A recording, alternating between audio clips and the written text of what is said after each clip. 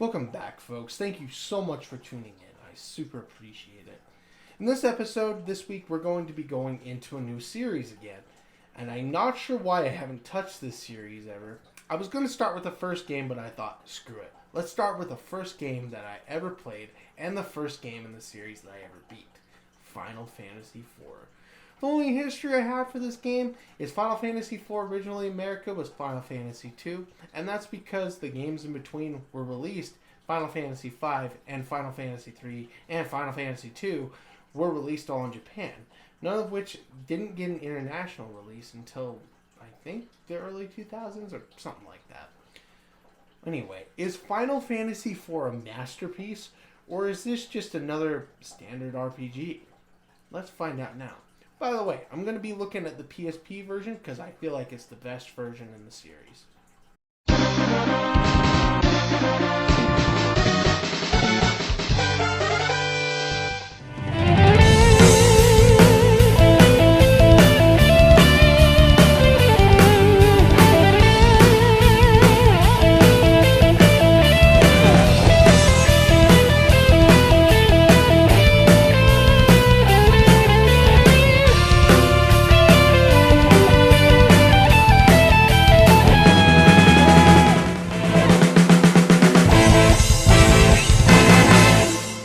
The epic story that is Final Fantasy IV starts with knights in armor flying to destination, taking crystals away from the inhabitants that live there. After capturing the innocent people and taking their crystal, we head back to the Castle of Baron, where we see that the main knight, a dark knight named Cecil Hardy, feels remorseful for the things he has done. He tells the king, who strips him of his duty and is tasked to leave, to go to the town of Mist for no real reason. Okay, this guy has some suspicious agendas. After leaving the castle/town of Baron, Cecil along with Kain leave, and after trenching through the Cave of Mist, they're confronted by a dragon. After defeating the dragon, they get to the town of Mist, where all of a sudden a bomb in Cecil's pocket explodes, killing thousands of people. After destroying the town, the duo find a little girl named Lydia. Lydia screams for them to go away, and the earth cracks, where everyone is separated in the town, and Mist is no more.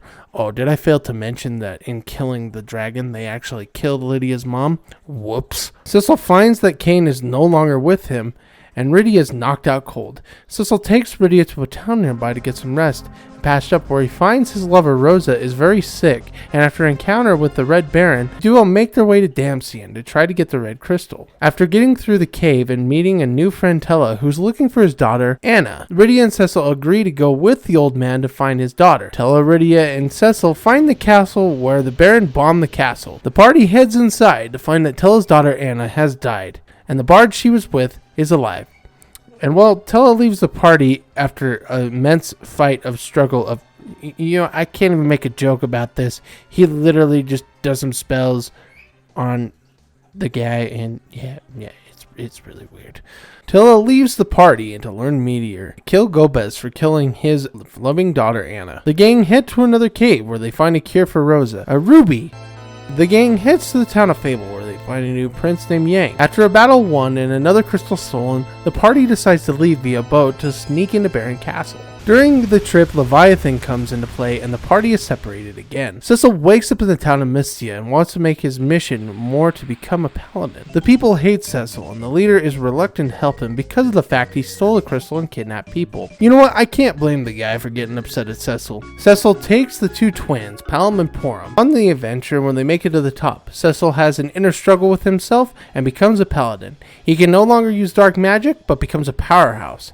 They also find Tella, and they found that he has learned the forbidden magic, Meteor. The party decides to sneak back into the town of Baron. The party finds the key that leads to the cave and gets to Baron. They get to Baron only to be confronted by Yang, who after knocking him in the head, they restore his memory. They go back inside the castle where they're confronted by King Nyazo. After beating him, they set a trap to crush the party inside. Palom and Porom turn to stone and sacrifice themselves for the party. After getting out, the party gains another member in Sid. They find a couple of ships to steal. After stealing said ship, they are confronted by Kain.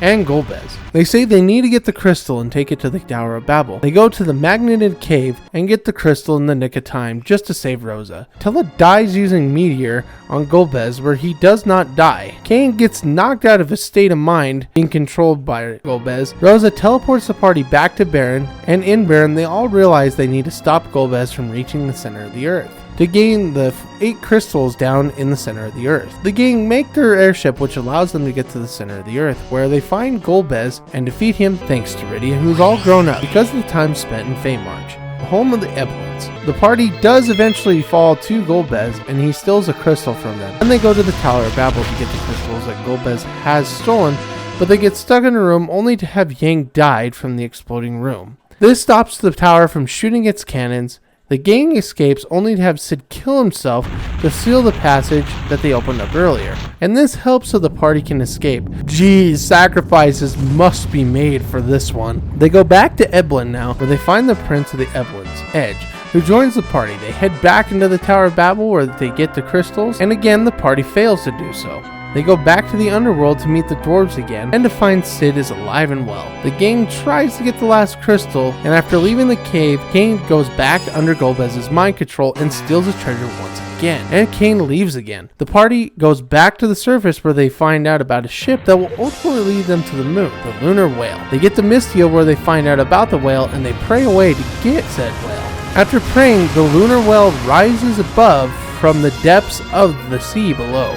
The party gets on the Lunar Whale. They all go on the Lunar Whale to go on the moon. After getting to the Crystal Palace, meet a Lunarian named Fusoya, who explains that an evil spirit, Zemos, plans to destroy Earth. The gang goes back to Earth with Fusoya, where they find that Golbez has awakened a gigantic robot at Babel. The party storms into the robot, and after taking it out, during the explosion we hear from Fusoya that Cecil and Golbez are both Lunarian and are brothers. Golbez becomes good and goes back to the moon with Fusoya. The party soon follows, or Cecil tries to go by himself, but the party stows away. Nice job, guys. On the Lunar Whale, they get to the Crystal Palace once again and go to the final dungeon. After getting through the cave and getting to the center of the moon, Golbez and Fusoya fight Zemos, and they realize they took out a form of Zemos, but then Zemos takes out the entire party, and the only one left living is Cecil. By the skin of his teeth, of all things, some humans start praying for their safety, and the party wakes up to take down Zemos. He says that he will be back to cause hatred and sadness once again.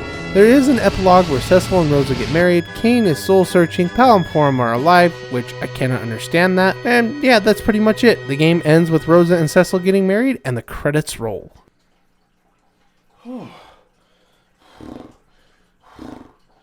Holy cow, that was a mouthful. The story in this game is excellent. It has plenty of its twists and turns, and it's just a great RPG story. But how does the gameplay in this game? Does it compare and kind of contrast with the story? Let's find out.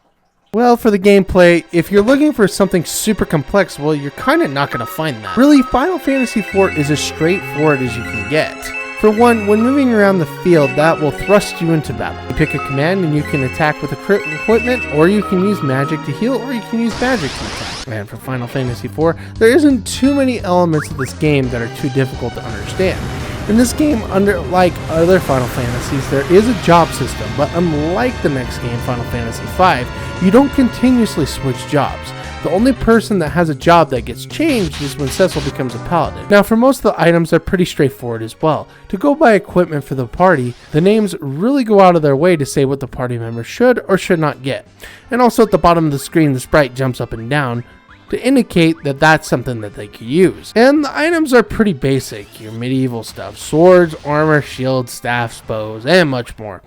The way to get a lot of these is to search treasure chests and also going through various shops. But the shops make things mega expensive, so try to get them for free by going out to the field. Most of the items are only effective in 3 separate areas, that is offense, defense, and magic. I believe it does affect magic defense, but I don't really know that. I digress. There are different items you can get to healing, getting more magic points. These can be super handy, but the best items are the cottages and the tents. They heal you a great deal and can ensure that when you're in a tight pinch to use a cottage or a tent, it could really make things easy when you're at save points or even out on the field. This can help your team stay healthy and fresh. And there are some rare items and side quests you can get some of these items. but nothing really too taxing. I just never use the rare items because, well, they're too rare. Like the elixirs. Most of the playthroughs, I keep them, then use them at the end. This really can help you in a tight pinch, especially in the last cave of the game, which is super difficult. I'm not saying that the dungeons themselves are too difficult. I didn't really have too much of a hard time, even with the last one, but, you know, there is something there.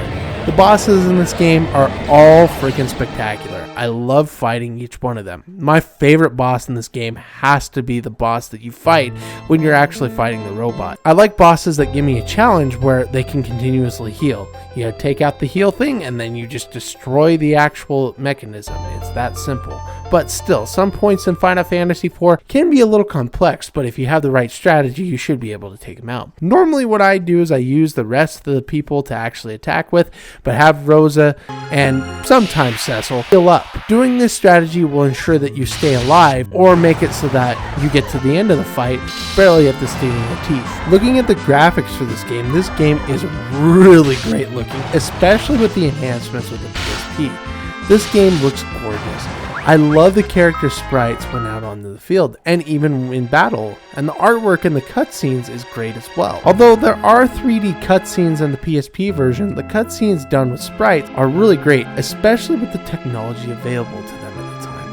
The characters that you get in this game are awesome as well. Cecil is the man you want to have as your main protagonist. His abilities along with swordplay and armors are amazing. Kain is a great character and can really save your bacon by jumping. Yang is dope as all get up. Rosa is always helpful when I need heals but lacks in the strength department. That is sexist, by the way. Rydia can call gods and goddesses by other major abilities. All these abilities can kill everything. Edge is just freaking BA and as cocky as all get up. He is the Prince of Pain. Pelham and Porom are freaking adorable, and their twin magic kicks butt. Fusoya is another healer. However, I love how he squashes down into a pancake when he dies. Tella is a crazy spellcaster, but just one snap of his fingers really makes everything die around you. And Edward, well, he plays a harp.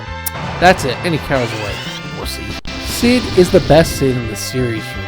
He sticks alongside the main characters Rosa and Cecil and is super loyal, an excellent character in this story. And lastly, Golbez. I'm not sure why this guy isn't talked about more. To me, he's the best Final Fantasy villain in the series. I'm dead serious. He's not afraid to get his hands dirty, and to me that's something I admire. Someone who can get their hands dirty and get the job done without means of asking other people to do it is just awesome to me. I've never liked it that anybody that's a villain in video games or TV shows or in movies has other people do it for them. Just do it by yourself. That makes you look even cooler. And Golbez is insanely cool to me.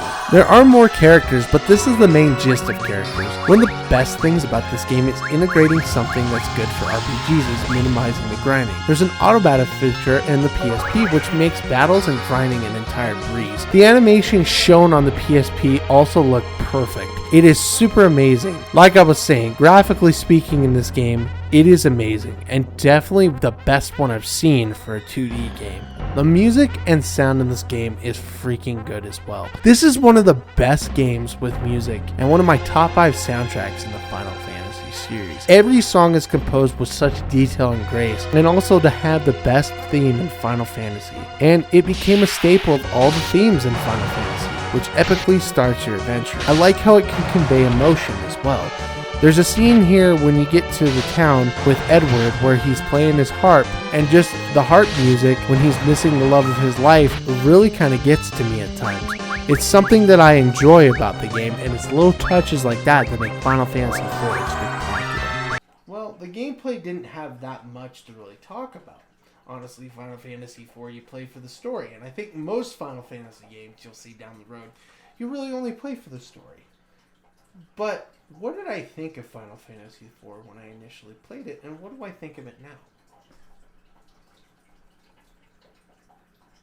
Well, I guess I have to go back to 2013 when I binged some of the greatest games I've ever played, and all were straight up RPGs. This, Final Fantasy VI, and much more were on the Wii Game Shop, and when I tried them both, my perception of great gaming and storytelling changed forever. And going on so many years later, I remember the times playing this game like it was yesterday. I remember saying one more dungeon, and then I'll go to bed, only to keep going and not go to bed till super late. I love Final Fantasy IV. This is one of the best games I've ever played, and this is one of my favorite games in the series and of all time. I don't care that people say this game is too easy. Listen, there is nothing wrong with the fact that you're wanting to make a game easy and to get your feet wet into a ton of RPGs, or to get somebody into Final Fantasy games. If you want something too complex, maybe this game isn't for you. If you want something too hard, maybe this game also isn't for you. But it's perfect all the same. Final Fantasy IV is an amazing game. Thanks for watching, folks, and I'll see you in the next episode.